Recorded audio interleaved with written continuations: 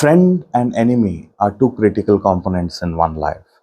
Friends apparently help us to lead a life of happiness, whereas enemies are the ones who create us troubles at all given points in time. But who is a friend and who is an enemy? There are two important stories I would like to recollect in this context.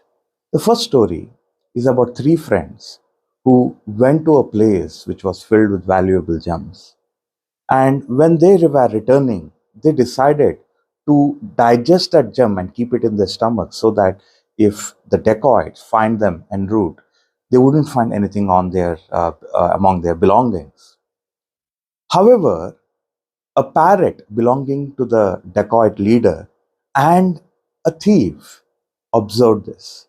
The thief was alone, so he decided to befriend them. So he went to them and he said, I am very worried because this entire area is infested with dacoits. So can I come along with you? And the three people said, well, he is alone, he's not much of a threat. So fine.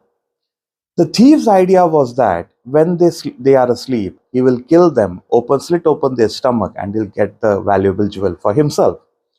But it so happened when they were about to fall asleep, the dacoits came in, and the leader of the dacoits said, I know you have something valuable in your stomach.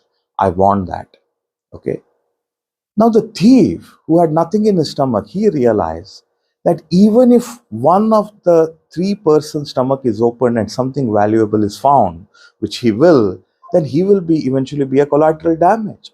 So instead, the thief said, if you think that is really true, why don't you slit open my belly? If you don't find anything, then at least let these three people go away. So the thief's idea was that if I'm going to die anyway, let me die for a good cause. Let me die for a cause that at least three people will have their lives. So the dacoit said okay, and he promised that if nothing comes out of his belly, then the other three people will be allowed to go out. And just as that happened, the person was killed, his stomach was slit open, nothing was found, and the three people found their freedom. Of the three people, one of the person eventually became a king, and he grew fond of a great monkey, which he treated him like a friend.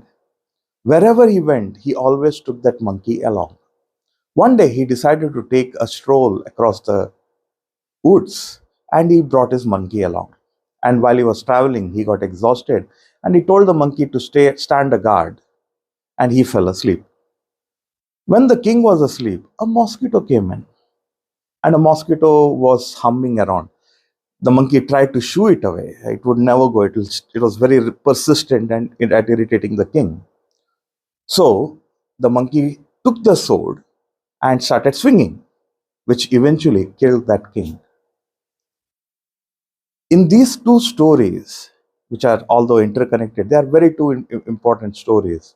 In one story, the thief was supposed to be the enemy, but he gave up his life so that three people could find their life and freedom. In the another story, the monkey was a friend, and its dimwit cost that king his life. Do you really think enemies are always bad or friends are good? Most people today suffer because of the stupidity of a friend, which is why the rishis said it is better to have a wise enemy than to have stupid friends.